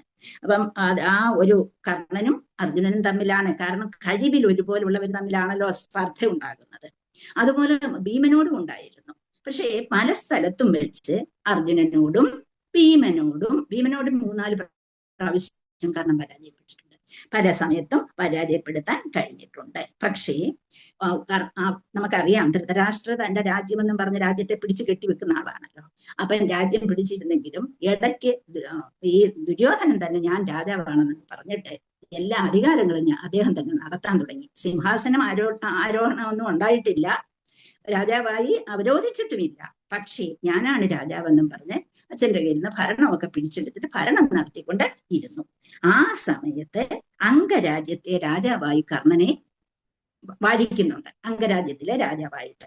അപ്പൊ അതുപോലെ പിന്നീട് അവിടെ ഉണ്ടായിരുന്ന പല സ്ഥലത്തെ, അപ്പൊ നമ്മുടെ ബംഗാൾ, ഒറീസ, മദ്രാസ്, ആ സ്ഥലങ്ങളൊക്കെ ഇദ്ദേഹത്തിന്റെ രാജ്യത്തിൽ ഉണ്ടായിരുന്നു. അങ്ങനെ അവിടെ ഒക്കെ ഭരിക്കാനുള്ള അധികാരം ദുര്യോധനൻ തന്റെ സ്വന്തം വളരെ എന്ന് വെച്ചാൽ ഞാൻ എന്ത് പറഞ്ഞാലും കേൾക്കുന്ന നമുക്കറിയാമല്ലോ. ഇപ്പം നമ്മൾ പഠിച്ചു എന്താണ്, യുദ്ധത്തിൽ ദുര്യോധനെ വധിച്ചതിന് പകരമായിട്ട് 5 പിഞ്ചു ബാലകന്മാരെയും അവിടെ കിടന്നവരെ എല്ലാം വെട്ടിക്കൊന്നു അല്ലെ. അത്ര വൈരാഗ്യം ഉണ്ടായിരുന്നു. അങ്ങനെ പലയിടത്തും വെച്ച് കർണൻ തൻ്റെതായ വിരോധം ഇവരോട് പ്രകടമാക്കിയിരുന്നു. എന്ന് വെച്ചാൽ അവിടെ അദ്ദേഹത്തിന് അതൊന്നും അറിയില്ല, തന്റെ സഹോദരന്മാരാണെന്നും ഒന്നും അറിയില്ല. പക്ഷേ അദ്ദേഹം ചെയ്യുന്നതെല്ലാം ദുര്യോധനോടുള്ള ആ സ്നേഹവും ഇവരെപ്പോഴും കളിയാക്കുമായിരുന്നു. അതുകൊണ്ടുള്ള ആ രീതിയിലുള്ള ഇതായിരുന്നു. അങ്ങനെ പിന്നെ അംഗരാജ്യത്തെ രാജാവായി അവരോധിക്കുന്നുണ്ട്. പിന്നെ ദ്രൗപദിയെ സ്വന്തമാക്കാൻ കഴിയാത്തതിലുള്ള പ്രയാസങ്ങൾ അദ്ദേഹത്തെ എപ്പോഴും അലട്ടിയിരുന്നു. പിന്നെ പലയിടത്തും വെച്ച് അജ്ഞാതവാസ സമയത്ത് ഇവരെ പിടിച്ചു കൊടുക്കാൻ വേണ്ടി ഒരുപാട് ശ്രമിച്ചിട്ടുണ്ട്. പിന്നീട് ഇവർ ഗൂഢാലോചന നടത്തിയിട്ട് ദ്രൗപദിയെ പിടികൂടണം എന്നുള്ള ഒരിതുണ്ടായി, പിടിച്ചുകൊണ്ട് പോകാൻ ശ്രമിച്ചു. പക്ഷേ ദ്രോണാചാര്യർ അവരുടെ ഗൂഢാലോചനയ്ക്കെതിരെ നിന്നു. ശക്തമായ താക്കീതാണ് അവിടെ ദ്രോണാചാര്യർ നൽകുന്നതെന്ന് പറഞ്ഞിട്ടുണ്ട്. അതുപോലെ പക്ഷേ കർണന് വിജയം അവിടെ എങ്ങും കിട്ടിയില്ല. ഭീമനോടും പരാജയപ്പെടേണ്ടി വന്നിട്ടുണ്ട്, അർജുനനോടും പരാജയപ്പെടേണ്ടി വന്നിട്ടുണ്ട് എന്ന് നമ്മൾ കാണുന്നുണ്ട്. പിന്നീട് രാജസൂയജ്ഞത്തിൽ വെച്ച് നല്ല പങ്ക് അദ്ദേഹം വഹിച്ചിട്ടുണ്ട്. മഹാരാജ യുധിഷ്ഠിരൻ നടത്തിയ രാജസൂയജ്ഞം അവിടെ നല്ല പങ്ക് വഹിച്ചിട്ടുണ്ട്. പിന്നെ ഈ ശകുനിയുടെ കുടിലതന്ത്രങ്ങൾ പലപ്പോഴും ഉള്ളപ്പോഴേ അതിനെല്ലാം കാരണമായിട്ടും അതെല്ലാം പറഞ്ഞു കൊടുക്കാനും ഒക്കെ ഒരു കഴിവുള്ള ആളായിരുന്നു കർണനെന്ന് നമുക്കറിയാം. പിന്നെ ചൂതുകളിയിൽ ദ്രൗപദിയെ പണയം വെച്ചു. ആ സമയത്ത് കർണൻ ദ്രൗപദിയെ കളിയാക്കുന്നതിന് ഏറ്റവും മുന്നിൽ വരികയും, നീ ഞങ്ങളുടെ അടിമകളാണ് ഇന്ന് പാണ്ഡവരെ, വേഗം നീ ഇതിലെ ഞങ്ങളിൽ നിന്ന് ആരെങ്കിലും ഒരാളെ ഭർത്താവായിട്ട് തിരഞ്ഞെടുക്കൂ എന്നൊക്കെ പറഞ്ഞ് കളിയാക്കുന്നതായിട്ട് നമുക്കറിയാം. പിന്നീട് അദ്ദേഹത്തെ കുറിച്ച് പറയുന്നു, കർണൻ ദ്രൗപദിയോട് ഏത് സമയത്തും കളിയാക്കലും ഏത് സമയത്തും അവരുടെ പക്ഷത്തേക്ക് വരാൻ ആവശ്യപ്പെടുകയും ചെയ്തിട്ടുണ്ട്. ഏത് രീതിയിലും കർണൻ അവര് ഉപദ്രവിക്കാൻ തന്നെ തയ്യാറായിരുന്നു എന്നുള്ളതാണ് നമുക്ക് മനസ്സിലാകുന്നത്. പിന്നീട് പറയേണ്ട ഭീഷ്മരുമായിട്ടുള്ള ഭീഷ്മർ എപ്പോഴും കർണൻ ഇങ്ങനെ പാണ്ഡവരെ വഴക്ക് പറഞ്ഞുകൊണ്ടിരിക്കുന്നത് കൊണ്ട് ഭീഷ്മർക്ക് ഭയങ്കര ദേഷ്യമുണ്ടായിരുന്നു. ആരോടെ? ഈ കർണനോട്. അങ്ങനെ കർണൻ ഭീഷ്മരുമായിട്ട് ഏത് സമയത്തും എതിരാണ്. അതുകൊണ്ട് ഏത് സമയത്തും ഭീഷ്മര് ഇനിയും ഇവിടെ നിന്ന് പോയെങ്കിൽ മാത്രമേ ഞാൻ യുദ്ധഭൂമിയിലേക്ക് കടന്നു വരികയുള്ളൂ എന്ന് കർണൻ ശപഥം ചെയ്തിരുന്നു. പക്ഷേ ഭീഷ്മര് വീണ് പതിച്ചു എന്ന് പറയുന്ന സമയത്ത് ആ സമയത്ത് കർണൻ അവിടെ ചെല്ലുന്നുണ്ട്. അവിടെ ചെന്നിട്ട് ഭീഷ്മരോട് എല്ലാം ഏറ്റു പറയുന്നുണ്ട്. ഭീഷ്മരുടെ ബ്ലെസ്സിങ്സ് വാങ്ങാൻ മറക്കുന്നുമില്ല. അങ്ങനെ ഇവിടെ പുസ്തകത്തിൽ കിടക്കുന്നത് ഭീഷ്മർ അന്ത്യശ്വാസം വലിച്ചപ്പോൾ കർണൻ അതിയായി വ്യസനിച്ചു എന്നാണ് മലയാളത്തിൽ കൊടുത്തേക്കുന്നത്. അദ്ദേഹം പതിച്ചു കഴിഞ്ഞ് അവിടെ കിടക്കുന്ന അവസരത്തിൽ കർണൻ അവിടെ എത്തുന്നു എന്ന് നിങ്ങൾ മനസ്സിലാക്കിയാൽ മതി. പിന്നെ അദ്ദേഹത്തിനെ പിന്നെ പറയാനുള്ള ഭീഷ്മരുടെ അടുത്ത് പോകുന്നുണ്ട്. ഭീഷ്മരെ എതിർത്തിരുന്നെങ്കിലും ഭീഷ്മരോട് സ്നേഹവും ബഹുമാനവും അദ്ദേഹത്തിന് ഉണ്ടായിരുന്നു. പിന്നെ ഘടോൽക്കജനെ വധിക്കാൻ അദ്ദേഹത്തിന് കഴിഞ്ഞു. ആരുടെ മകനാണ് ഘടോൽക്കജനെ? ഭീമന്റെ മകനായ ഘടോൽക്കജനെ വധിക്കുന്നത് അദ്ദേഹമാണ്. അതിനെ എന്തുപയോഗിച്ച്? ഞാൻ നേരത്തെ പറഞ്ഞു, ഒരു ആയുധം, ശക്തി എന്നൊരായുധം ഇന്ദ്രൻ കൊടുത്തിരുന്നു എന്ന് പറഞ്ഞു. അത് ഉപയോഗിച്ചാണ് ഘടോൽക്കജനെ വധിച്ചത്. പിന്നെ പ്രത്യേകിച്ച് പറയാനുള്ളത്, അദ്ദേഹത്തിന് ഒരു മകൻ ഉണ്ടായിരുന്നു, വൃഷസേനൻ എന്ന് പറഞ്ഞു. ആ വൃഷസേനെ അർജുനൻ വധിക്കുന്നുണ്ട്. പിന്നെ അവസാന നിമിഷത്തിൽ യുദ്ധത്തിൽ അർജുനനെ പരാജയപ്പെടുത്താമെന്നുള്ള പൂർണ്ണമായ വിശ്വാസം കർണനുണ്ടായിരുന്നു. സൂര്യപുത്രനാണ്. ആ മാനസിക ഭാവം അദ്ദേഹത്തിൽ ഉണ്ടായിരുന്നു. യുദ്ധം ചെയ്ത് അദ്ദേഹത്തിന്റെ ചക്രം താണുപോയ അവസരത്തിൽ നിലത്തിലേക്ക് താണുപോയ നിങ്ങൾക്ക് നേരത്തെ തന്നെ അറിയാം. അദ്ദേഹം പഠിച്ചത് ആ ഗുരുവിൽ നിന്ന് കിട്ടിയ ഒരു ശാപം കൊണ്ട് അദ്ദേഹത്തിന്റെ രഥചക്രം താഴേക്ക് താണുപോവുകയും അങ്ങനെ ആ ചക്രം എടുക്കാനായി കർണൻ ശ്രമിച്ചുകൊണ്ടിരിക്കുമ്പോൾ അർജുനനോട് പെർമിഷൻ ചോദിക്കുന്നുണ്ട്. അപ്പോൾ കൃഷ്ണൻ പറഞ്ഞു കൊടുക്കുന്നു, ഇനിയെന്തു പാർത്ഥാ മടിച്ചു നിൽക്കുന്നു, ഇനതനയനെ വധിക്ക വൈകാതെ. ഇതുവരെയും ചെയ്തൊരു അധർമ്മധർമ്മങ്ങൾ എതിരെ പോയിന്നു ജയിക്കുന്നു ധർമ്മം. അല്ലെ? ഇത്രകാലം നിങ്ങളോട് ചെയ്ത അധർമ്മകർമ്മങ്ങളെല്ലാം ഇന്ന് പോയിട്ട് ഇന്ന് ധർമ്മം ജയിക്കുന്ന ദിവസമാണ്. നീ എന്തിനു കാത്തു നിൽക്കുന്നു? നീ എത്രയും വേഗം ഇനതനേനെ വധിക്കൂ എന്ന് കൃഷ്ണൻ പറഞ്ഞു കൊടുക്കുന്നു. അർജുനൻ അവിടെ ധർമ്മത്തിന് വേണ്ടി കാത്തു നിൽക്കുന്ന അവസരത്തില് ഭഗവാൻ അതാണ് പറയുന്നത്, ചില സമയത്തൊക്കെ ധർമ്മം നമ്മളെ കാക്കും, ചില സമയത്തൊക്കെ ധർമ്മത്തെ കാക്കാൻ നമുക്ക് കഴിയാതെ വരുന്നുണ്ട്. അങ്ങനെയുള്ള ഒരു അവസരത്തിൽ ഇനി എന്തു വാർത്താ പതുക്കെ നിൽക്കുന്ന നീ എന്തിനാണ്, എത്രയും വേഗം ആ ഇനതനേനെ വധിക്കൂ എന്ന് പറഞ്ഞു കൊടുക്കുന്നുണ്ട് കൃഷ്ണന്. അങ്ങനെയാണ് അവിടെ വെച്ച് അർജുനൻ വധിക്കുന്നത്. ആരെ? കർണനെ വധിക്കുന്നത്. കാരണം അത്ര നാളും ചെയ്ത അധർമ്മത്തെ ഇവരൊറ്റ ചതി കൊണ്ട് ഭഗവാൻ പറഞ്ഞു കൊടുക്കുന്നു, ആ ഒരു ചതിയിൽ ഇത്രയും നാളെ നിങ്ങളെ ചതിച്ചു, ഇപ്പോൾ നീ അവസാനമായിട്ട് അവസാനിച്ചു. കാരണം അത്രയും ആ ചാടൊന്ന് പൊക്കാനായിട്ട് ഉയർത്താനായിട്ട് കാത്തു നിൽക്കുന്ന അർജുനെ വധിക്കുന്നതായിട്ട് അർജുനൻ കർണനെ വധിക്കുന്നതായിട്ട് നമ്മൾ കാണുന്നുണ്ട്. അങ്ങനെ ഒരുപാട് കാര്യങ്ങൾ കർണനെ കുറിച്ച് പറഞ്ഞാൽ തീരില്ല. അതുപോലെ ഒരുപാട് കാര്യങ്ങൾ പറയാനുണ്ട്. ഹരേ കൃഷ്ണ. കർണനെ കുറിച്ച് ഇനിയും നപ്താൻ അഥവാ പൂരിശ്രവൻ എന്നും പറഞ്ഞ ഒരാളാണ് അടുത്തത് പറഞ്ഞിരിക്കുന്നത്. അതുപോലെ തന്നെ കൗരവകുലത്തിൽപ്പെട്ട ആളാണ്. സോമദത്തൻ എന്നും പറഞ്ഞ ഒരാളുണ്ട്. അദ്ദേഹത്തിന്റെ പുത്രനാണ് പൂരിശ്രവസ്. അദ്ദേഹത്തിന്റെ പ്രാതാപാണ് ശല്യർ. ഞാൻ ശല്യരെ കുറിച്ച് പറഞ്ഞല്ലോ. ശല്യർ തേരാളിയായിരുന്നു, കർണന്റെ തേരാളിയായിരുന്നു എന്ന് പറഞ്ഞു. രണ്ട് ഭ്രാതാക്കളും പിതാവും ദ്രൗപദിയുടെ സ്വയംവരത്തിൽ ഇവരെല്ലാം പങ്കെടുത്തിരുന്നു. അവരെ എല്ലാവർക്കും ദ്രൗപദിയോടുള്ള ആ ബന്ധം ഒരുപാട് പ്രതിബന്ധങ്ങൾ അവരിൽ സൃഷ്ടിച്ചിട്ടുള്ളതാണ്. ദ്രൗപദിയോടുള്ള ഇഷ്ടം, ബന്ധമല്ല ഇഷ്ടം. ദ്രൗപദിയോട് ആർക്കും ബന്ധമുണ്ടായിരുന്നില്ല, ഇഷ്ടം. പിന്നെ ഭഗവാന്റെ ഭക്തമിത്രമാകിയാൽ അർജുനന്റെ അത്യാശ്ചര്യകരമായ ശക്തിയെ അവരെല്ലാം അഭിനന്ദിച്ചിരുന്നു. അപ്പൊ ഈ നപ്താനാണെങ്കിലും ശരി, പൂരിശ്രവനാണെങ്കിലും ശരി, ഇവരൊക്കെ പൂരിശ്രവസ് എന്ന് പറയുന്ന രാജാവായാലും സോമദത്തന്റെ മകനാണ്. സോമദത്തനും രാജാവാണ്. സോമദത്തന്റെ മകനാണ് പൂരിശ്രവസ്. അവരെല്ലാം അർജുനന്റെ കഴിവിനെ എപ്പോഴും മാനിച്ചിരുന്നു എന്നുള്ളതാണ്. അതുപോലെ ഒരിക്കലും ധൃതരാഷ്ട്രപുത്രരോടെ അർജുനനുമായി യാതൊരു വിധത്തിലുള്ള വഴക്കോ യുദ്ധമോ ഉണ്ടാക്കരുതെന്ന് അദ്ദേഹം പലപ്പോഴും ഉപദേശിച്ച ആളുകൂടിയായിരുന്നു. പിന്നെ ഇവർക്ക് കഴിഞ്ഞ ദിവസം ഞാൻ പറഞ്ഞിരുന്നു എന്തൊക്കെ അശ്വസേന, ഗജസേന, കാലാൾപ്പട, തേരെ ഇതെല്ലാം അവർക്ക് ഉണ്ടായിരുന്നു എന്ന് പറഞ്ഞിരുന്നു. അപ്പൊ അതെല്ലാം ഇദ്ദേഹത്തിന്റെ കയ്യിലും അങ്ങനെ ഒരു എന്തുണ്ടായിരുന്നു, ഒരു എല്ലാ കാലാൾസേനയും ഉണ്ടായിരുന്നു. അതുപോലെ എല്ലാ സൈന്യ സന്നാഹങ്ങളുമുള്ള ആൾക്കാരായിരുന്നു ഇവരെല്ലാവരും. അപ്പം അവരൊക്കെ ദുര്യോധന പക്ഷത്ത് നിന്നുകൊണ്ടാണ് പൊരുതിയത്. അതുപോലെ യൂഥപതിമാരിൽ ഒരാളായിട്ടാണ് ഭീമസേന അദ്ദേഹത്തെ ഗണിച്ചിരുന്നത്. എന്നുവെച്ചാൽ എനിക്ക് തോന്നുന്നത് യൂഥപതി എന്ന് പറയുമ്പോൾ ആനകളെ കൊണ്ട് നടക്കുന്നതിൽ അവരുടെ കൂട്ടത്തെ ഉള്ളതിൽ ഏറ്റവും പ്രധാനപ്പെട്ട നേതാവാണെന്ന് തോന്നുന്നു. എനിക്കതേക്കുറിച്ച് അറിഞ്ഞൂടാ. യൂഥപതിന്മാർ എന്ന് പറയുമ്പോഴേ അതാണ് ആനകളെ കൊണ്ട് നടക്കുന്ന ആൾക്കാരിൽ ഏറ്റവും പ്രധാനപ്പെട്ട, അവരുടെ എല്ലാം നേതാവ്, ഇതിന്റെ എല്ലാം സ്വന്തമായിട്ടുള്ള ആള് എന്നുള്ള എല്ലാവിധ കാര്യങ്ങൾ. അശ്വസേന ഉണ്ടായിരുന്നു, ഗജസേന ഉണ്ടായിരുന്നു, കാലാൾപ്പട, തേര്, ഇതിന്റെ എല്ലാം നേതാവ് കൂടിയായിരുന്നു. പിന്നീട് അർജുനനാണ് ഇദ്ദേഹത്തെ വധിക്കുന്നത്. കുരുക്ഷേത്ര യുദ്ധത്തിൽ അദ്ദേഹം സാത്വികമായി ഏറ്റുമുട്ടുകയും സാത്വികയുടെ 8 പുത്രന്മാരെ വധിക്കുകയും ചെയ്തു. ആരാണ് സാത്വികി എന്ന് എല്ലാവർക്കും അറിയാമല്ലോ. പിന്നീട് സാത്വികി, കൃഷ്ണന്റെ ഏറ്റവും അടുത്ത ആളായിരുന്നു സാത്വികി. അർജുനൻ അദ്ദേഹത്തിന്റെ കരങ്ങൾ ഛേദിച്ചു. അന്ത്യത്തിൽ സാത്വികി അദ്ദേഹത്തെ വധിക്കുകയും ചെയ്തു എന്ന് പറയുന്നു. പിന്നെ അദ്ദേഹത്തിന് അവസാനം വിശ്വദേവ ഭാവത്തിൽ എന്ന് വെച്ചാൽ ആരാണ് വിശ്വദേവ ഭാവന്മാര്?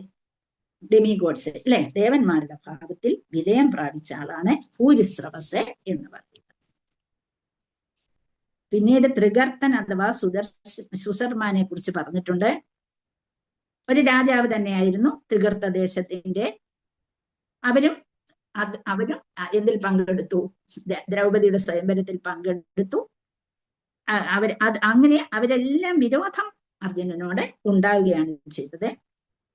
ഇവിടെയും പിന്നീട് ഗോക്കളെ മോഷ്ടിക്കുന്ന ഒരു കഥ ഞാൻ നേരത്തെ പറഞ്ഞിരുന്നു. വിരാട നഗരത്തിലെ ഗോക്കളെ അപഹരിക്കുന്നതായിട്ട് കഴിഞ്ഞ ദിവസം ഞാൻ കഥ പറഞ്ഞിരുന്നു. അപ്പം വിരാട മഹാരാജാവിനെ ബന്ദിയാക്കാൻ അദ്ദേഹത്തിന് കഴിഞ്ഞിരുന്നു. അവരുടെ ഗോക്കളെ എല്ലാം പിടിച്ചുകൊണ്ട് പോയി. കാരണം ഒരു സംശയമുണ്ടായിരുന്നു, പാണ്ഡവരെ ഈ വിരാട രാജാവ് തന്റെ കൊട്ടാരത്തിൽ താമസിപ്പിച്ചിരിക്കുന്നു എന്ന്. അങ്ങനെ അവര് ഈ ഗോക്കളെയൊക്കെ പിടിച്ചോണ്ട് പോകുന്നുണ്ട്. ആ സമയത്ത് അർജുനൻ ചെന്ന് അതിനെല്ലാം വീണ്ടെടുക്കുന്നതായിട്ട്, വേഷം മാറി ചെന്നിട്ട് വീണ്ടെടുക്കുന്നതായിട്ട് നമ്മൾ വായിച്ചു. അപ്പം ഭീമസേനനാണ് വിരാട മഹാരാജാവിനെ സ്വതന്ത്രനാക്കിയത്. കുരുക്ഷേത്ര യുദ്ധത്തിൽ അദ്ദേഹം ധീരമായി പോരാടിയെങ്കിലും ഒടുവിൽ അർജുനനാൽ വധിക്കപ്പെടുകയും ചെയ്തു എന്ന് പറഞ്ഞു തന്നിട്ടുണ്ട്. ഇത് നിങ്ങൾ പ്രത്യേകിച്ച് വായിക്കണം, എന്നാലേ കിട്ടുകയുള്ളൂ. ഒരുപാട് കാര്യങ്ങൾ ശ്രീല പ്രഭാതിൽ പറഞ്ഞു തന്നിട്ടുണ്ട്. ഇനി അടുത്തത് ജയദ്രഥനെ കുറിച്ചാണ് പറയുന്നത്. ജയദ്രഥനെ കുറിച്ച് എല്ലാവർക്കും കേട്ടിട്ടുണ്ട്. ആരാണ് ജയദ്രഥൻ? ആർക്കെങ്കിലും ഒന്ന് പറയാമോ?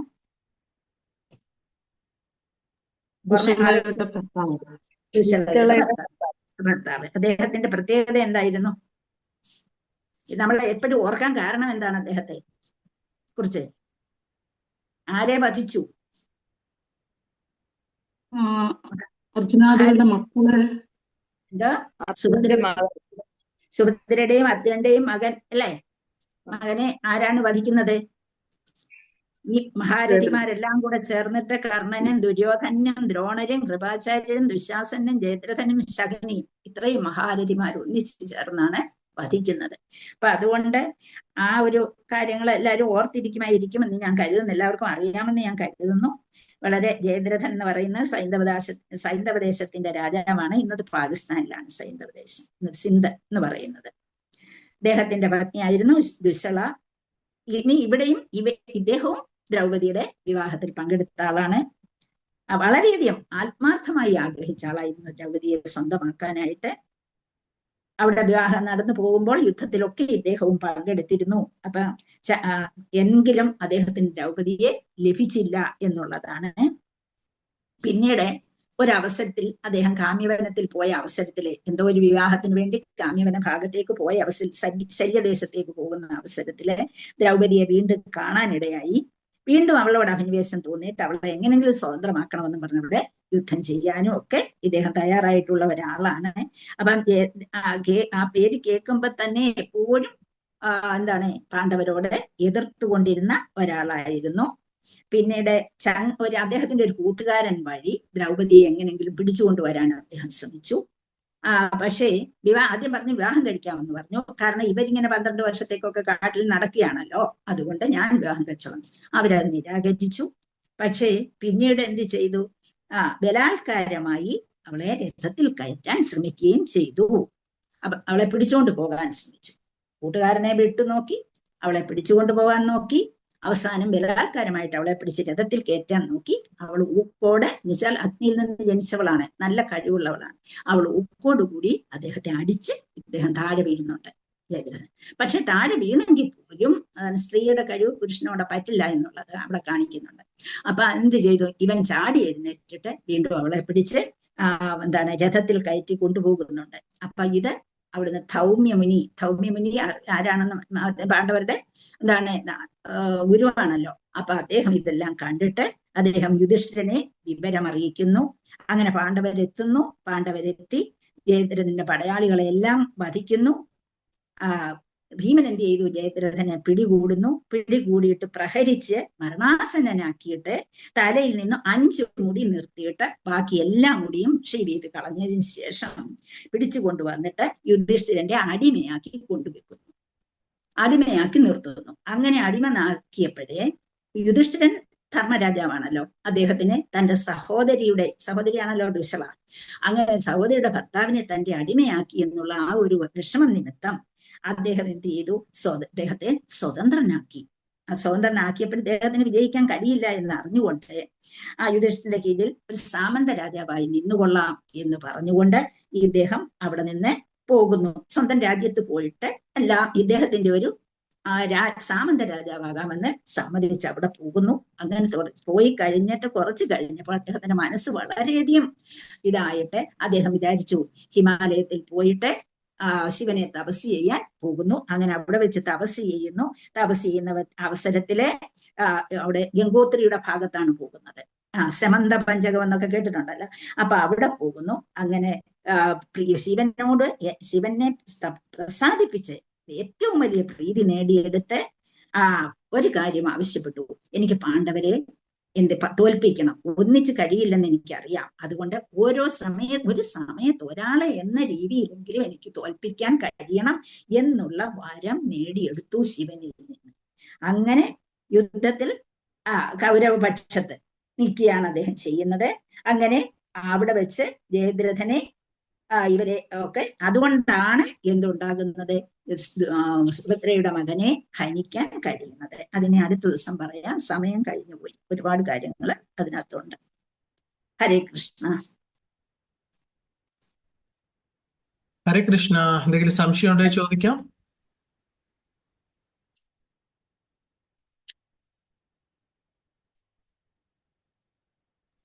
ഹരേ കൃഷ്ണ. ഹരേ കൃഷ്ണ. മാതാജി കണ്ണനെ കുറിച്ചൊക്കെ കേട്ടു, കണ്ണന്റെ കാര്യം. കണ്ണൻ സമയമില്ല, ഒന്നും പറഞ്ഞില്ല, ഓടിച്ച് പൊതുവിൽ